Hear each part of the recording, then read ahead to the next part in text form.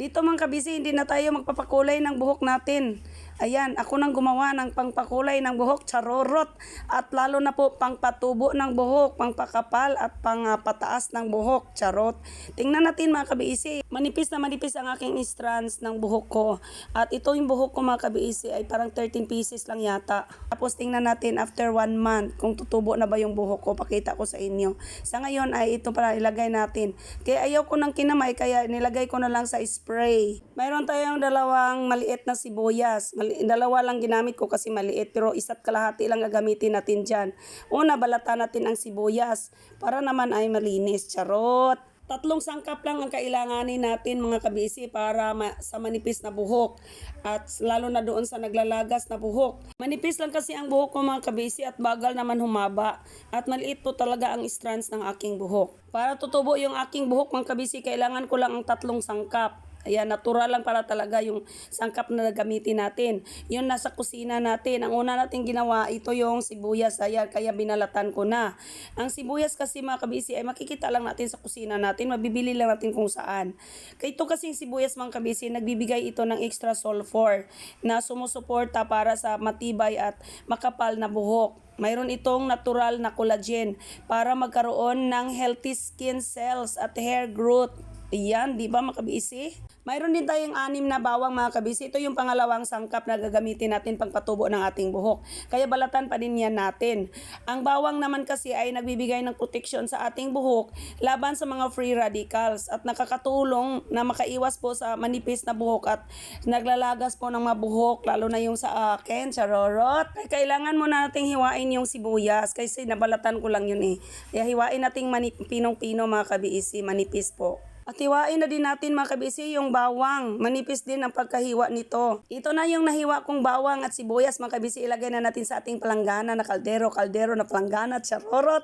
Dito na tayo sa pangatlong sangkap mga kabisi. Itong 3 stick ng coffee, charorot. Ayan, kailangan natin na 1 kutsara talaga. Sinansa ko na lang yan mga kabisi na 1 kutsara po talaga yung 3 sachet ng ating coffee, charorot. Ito na yung pangatlong sachet, kaya ayan, nagiging 1 kutsara po talaga siya. Ihalo na natin dito sa ating bawang at sibuyas, charorot. Katapos niya na ilagyan natin ng kalahating basong tubig or half glass of water, charorot. Diba? O, diba? May kape na tayo. Yan po, haluin naman natin mga kabisi para naman mas maganda-ganda, charot. O, diba? Mayroon na tayong para pang patubo ng ating buhok na hindi tayo bibili. Pakuluan lang natin ito ng 5 minutes. Ayan, 5 minuto lang po mga kabisi para sa ating pangpatubo ng buhok. Dito gagamitan na natin ng strainer mga kabisi para naman ay liquid lang po, yung serum lang po talaga ng ating mga pangpatubo ng buhok ang maano dito. Ayan, ilagay natin ito sa spray bottle. Charorot. Ayan. Ang matira sa spray bottle, yan ang kamayin ko na lang. O, pa. Isalin na natin sa spray bottle mga kabisi at tingnan ninyo yan. O, mayroon na tayong hair serum para pangpatubo ng buhok natin at para naman doon na ay hindi naman lagas-lagas talaga. Charorot. At yung natira mga kabisi ay kamayin na natin para dito na natin na dire-diretso po tayong maghagod-hagod ng ating mga scalp. Charot. Para naman ay talagang mag-absorb po talaga yung serum doon, yung ating sangkap doon. O ginamitan ko muna sa start ng brush. Kaya lang parang konti lang, hindi ko na-feel. Kaya ayan, kamayin na natin yan mga kabisi, try natin kamayin. Kaya ito na, hagod-hagod na natin yung ating bungo. Charot. Yung ating scalp, kailangan i-massage po natin yan dyan mga kabisi para naman ay magiging maganda po niyang dating niyan. At masarap po sa pakiramdam mga kabisi kasi medyo mainit-init ng konti pa. Yung hindi naman masyadong mainit po talaga. Yung napakasarap po sa pakiramdam po talaga mga kabisi. Kaya dito yan, maraming mga puting buhok. Baka naman ay magiging din yan kasi kulay din po yung nilagay po natin yan kasi lakas ng kape. Kaya magiging kulay din po yan. Charot! Kaya nung naubos na yung natira doon sa bottle natin na spray mga kabisi, ginamitan ko na ng bottle na spray. Ini-spray na natin, di ba medyo class naman na. Ini-spray na natin sa scalp. Tingnan niyo man yung mga kabisi, 13 lang pieces talaga yung parang 16 lang talaga yung kapal ng buhok ko. Diba? Diyos ko, day. Kaya mga kabisi, yan, di ba medyo class naman na spray-spray na natin. Hindi na tayo magtitipid dyan, mga kabisi, marunong naman tayong gagawa. At dito naman yan, sa sangkap dyan, sa mga kusina natin, pwede naman yan. Diba? Ang galing-galing naman yan, mga kabisi. Diyos ko, day. Alam niyo kung anong nagustuhan ko dito sa paghagod-hagod ng aking bungo, ng aking scalp? Masarap siya sa pakiramdam. Nakagagaan po ng feeling, mga kabiisi. Dahil marami na din po mga puting-puting buhok yung aking buhok, charorot.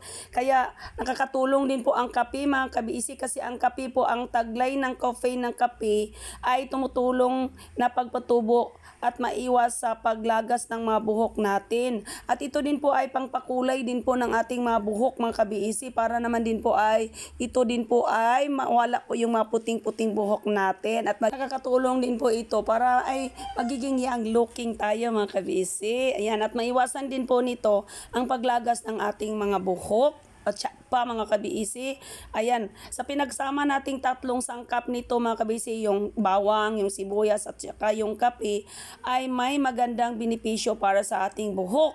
Ayan, basta mga kabisi, napakasarap po talaga sa pakiramdam na hinahagod-hagod mo yung anit mo sa buhok mo. Ayan, yun nakakatulong po na mag-absorb yung mga sangkap natin para maging babalik po yung ating mga buhok, tutubo sila.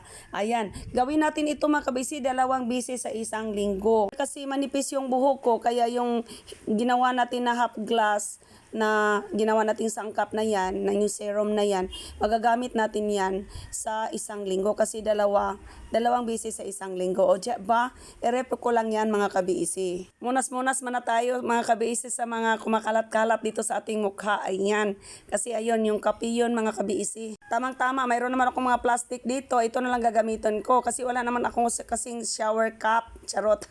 Ayan po. Ang gagawin natin, hatiin lang natin yung plastic. Tsansahin lang natin na magkasya po sa ating ulo, mga kabiisi. Tulad dito, tingnan nyo, mga kabiisi, diba? Okay po talaga siya, Yan. Sa pag-ayos lang po yan, mga kabisi, at sa creativity lang po natin yan. Kaya tiis-tiis pag may time, kasi wala naman ako, wala kasi akong ganyan, hindi ako masyadong gumagamit ng mga shower cup. Gagamit lang ako pag ako yung magko-color ng aking buhok, charorot. Ibabad natin ito, mga kabisi, ng 1 or 2 oras. Ang pinili ko, mga kabisi, na sa gitna ako, 1.5 oras, charorot. Ayan, banlawan ko na kaya kaagad. Diba? Kung gusto po ninyong mga magawa nito, mga kabisi, kayo lang din po. Kasi ayan po, mga kabisi, sa akin ko po talaga ginawa kasi ang dami na pong gumawa nito. Kaya yan lang po, mga kabisi, sana pag may natutunan po kayo, sana naman din po ay mag-subscribe sana kayo kay Sister Sonia BEC. Ang admin po ng aking page ay si Sonia Lagat. Ako yon. Maraming salamat, mga kabisi. Love po. Kabisi tayo.